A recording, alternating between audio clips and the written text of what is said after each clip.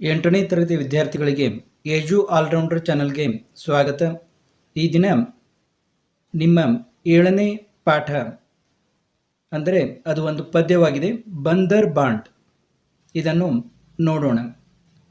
इस कविता के द्वारा बच्चे यह सीख सकते हैं कि दो व्यक्तियों के झगड़ने से तीसरे का लाभ होता है.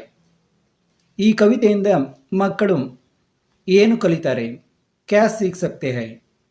यह सीख सकते हैं कि दो व्यक्तियों के झगड़ने से तीसरे का लाभ होता है. ಇಬ್ಬರು ಜಗಳವಾಡಿದರೆ ಅದರಿಂದ ಮೂರನೆಯವರಿಗೆ ಲಾಭವಾಗ್ತದೆ ಅನ್ನೋದನ್ನು ಈ ಪದ್ಯದಿಂದ ಮಕ್ಕಳು ಕಲಿಯುತ್ತಾರೆ. ಮ್ಯಾವು ಮ್ಯಾವು ಬಿಲ್ಲಿ ಆಯಿ. ನಿಮಗೆಲ್ಲ ಗೊತ್ತಿದೆ, ಬೆಕ್ಕು ಮ್ಯಾವು ಮ್ಯಾವು ಅಂತ ಶಬ್ದ ಮಾಡ್ತದೆ. ಮ್ಯಾವು ಮ್ಯಾವು ಅಂತಂದು ಒಂದು ಬೆಕ್ಕು ಬಂದಿತು. ಊಟ ಕಹಿಸೆ ರೋಟಿ ಲಾಯಿ. ಎಲ್ಲಿಂದಲೋ ಒಂದು ರೊಟ್ಟಿಯನ್ನು ತೆಗೆದುಕೊಂಡು ಬಂದಿತು. ತಬಿ ದುಸ್ರಿ ಬಿಲ್ಲಿ ಆಯಿ. ಅದೇ ಸಮಯಕ್ಕೆ ಇನ್ನೊಂದು ಬೆಕ್ಕು ಕೂಡ ಬಂದಿತು.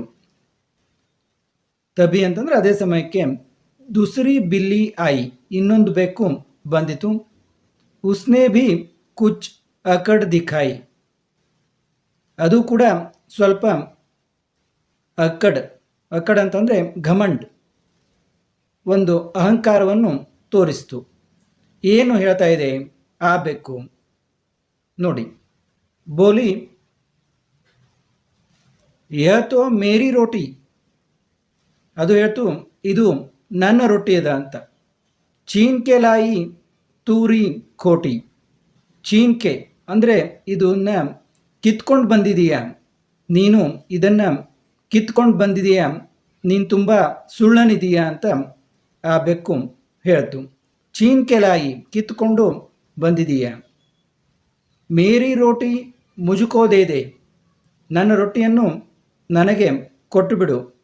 ನೈತೋ ಮುಜ್ಸೆ ಜಗಳ ಲೇಲೆ.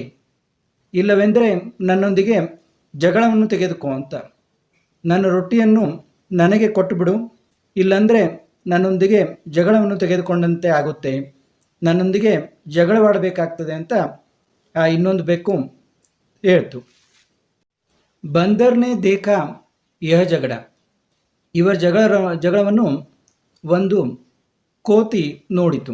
ಬಂದರ್ ಅಂದರೆ ಮಂಗ, ಕೋತಿ ನೋಡಿತು. ಲೇ ತರಾಜು ವಹ ಅಡ. ಲೇ ತರಾಜು. ತರಾಜು ಅಂತಂದರೆ ತಕ್ಕಡಿ, ಒಂದು ಅಳತೆಯನ್ನು ಮಾಡುವಂಥ ಸಾಧನ.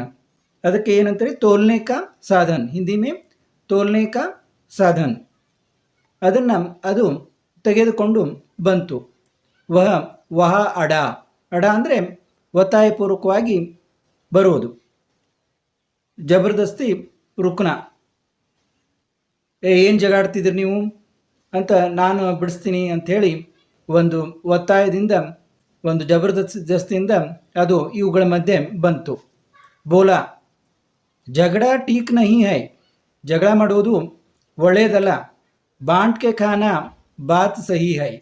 ಬಾಂಟ್ಕೆ ಖಾನ ಅಂದರೆ ಹಂಚಿಕೊಂಡು ತಿನ್ನುವುದು ಒಳ್ಳೆಯದು, ಜಗಳ ಒಳ್ಳೆಯದಲ್ಲ ಅಂತ ಆ ಕೋತಿ ಹೇಳ್ತು. ರೋಟಿಗೆ ದೋ ಟುಕಡೆ ಕರ್ಕೆ ಬಂದರ್ನೆ ಪಲಡೋ ಪರ್ ಧರ್ಕೆ. ಆ ರೋಟಿಯನ್ನು ಎರಡು ತುಂಡುಗಳಾಗಿ, ಟುಕಡೆ ಅಂದರೆ ತುಂಡುಗಳಾಗಿ ಮಾಡ್ತು.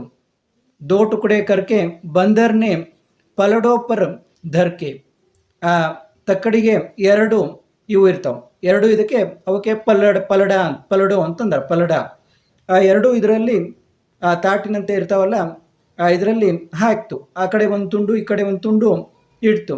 ಧರ್ ಅಂತಂದರೆ ಇಡುವುದು.